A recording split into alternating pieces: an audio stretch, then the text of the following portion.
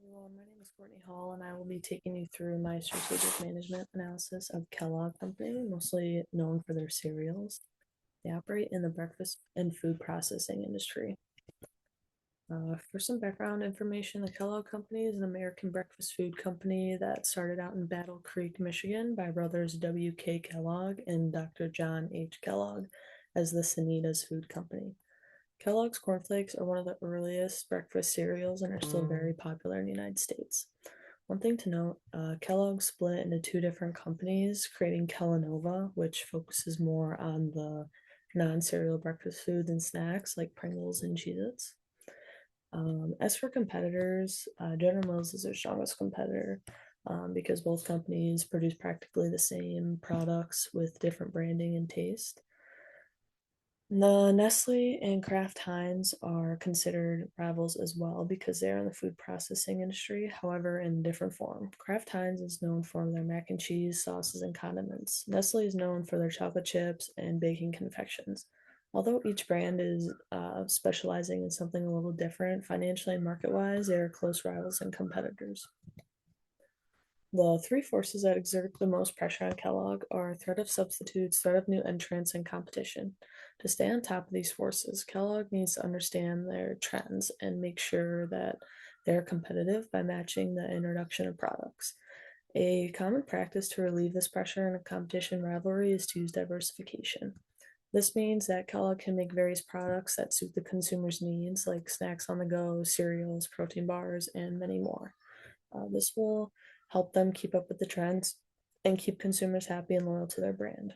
Keeping up with the health and wellness trends in the world is extremely important because with that information, companies know what they need to cater their products to.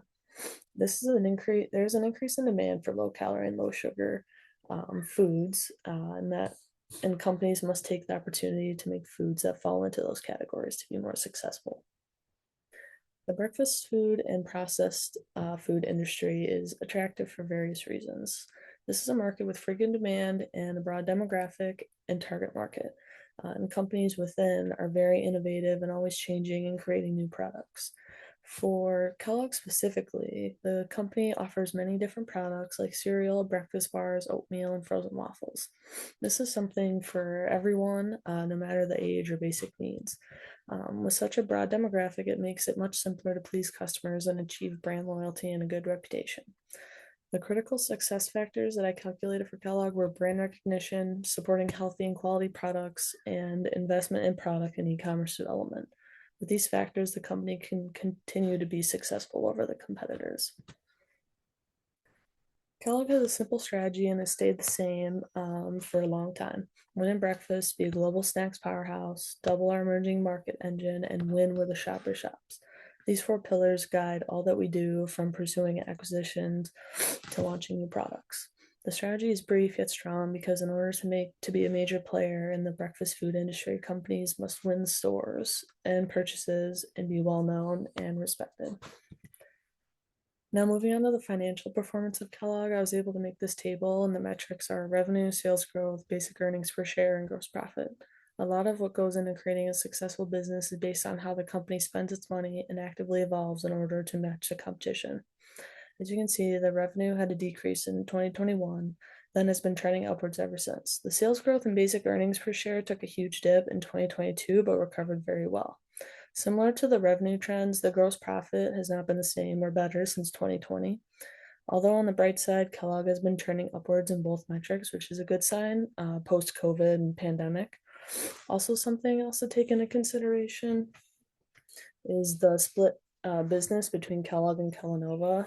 It certainly has an impact with both companies still being successful, just in different ways and markets. Overall, the corporation is doing well with both companies competing in the food industry. In the SWOT analysis, I was able to establish Kellogg's strengths, weaknesses, opportunities, and threats.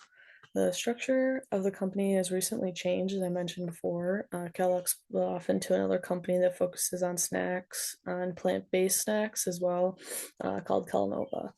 Kellogg is mainly focused on cereals and ready-to-eat breakfast bars. These snacks are sold and marketed globally and very popular in the United States. The strengths are brand recognition and global presence, a strong supply chain and diversification. Weaknesses are heavy reliance on the cereal markets and product recall. Opportunities are to strengthen partnerships and increase innovation and sustainability. And the threats are competition, food regulations, and consumer preferences. Brand recognition, diversification, and global presence are all things that give Kellogg an advantage over the competition. They tend to offer a variety of products at different price points so that the consumer can pick products based on their budget. This certainly helps the customer of all backgrounds and price points to enjoy their products without feeling the need to overspend like some other companies. The brand recognition and global presence pieces are something that I've mentioned throughout the presentation, and it holds true in the core competencies. The more well-known brands and products are, the more likely people are to stay loyal to the product and not venture out and try the competition. For value chain activities, I mentioned inbound operations, outbound operations, operation like the supply chain, marketing, sales, and services. Focusing on these areas will improve the competitive position of Kellogg and can in turn keep bringing their companies back and have something else to market. And then finally, for Kellogg in particular, I've noticed that one of the greatest strategic issues for them is adapting to the consumer's ever-changing preferences in relation to health and wellness. As stated previously throughout the presentation, in the last 5 years, more and more people have developed interest in being vegan or gluten-free, while some people have dietary restrictions like nut allergies or celiac disease, in which their body cannot have foods with certain ingredients. This is a huge problem for Kellogg because most of their products and cereals do not necessarily follow those restrictions. In addition to the dietary restrictions since the pandemic, people have been more conscientious about spending and eating habits. More people care about the low sugar, low calorie food items than ever before. So with that, my recommendation to the company is to create new products that follow certain guidelines to restrictions of customers and to keep their business. Kellogg has constantly been trying to change recipes and innovating new products to adapt to the customers. There's an opportunity for exponential growth in health and wellness practices that Kellogg can initiate.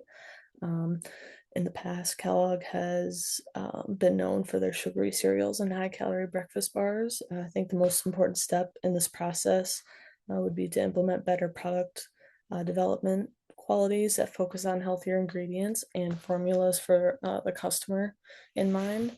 In addition, the marketing and management team can make commercials and packaging that highlight these new changes for the customer to see on their TV or at the grocery store.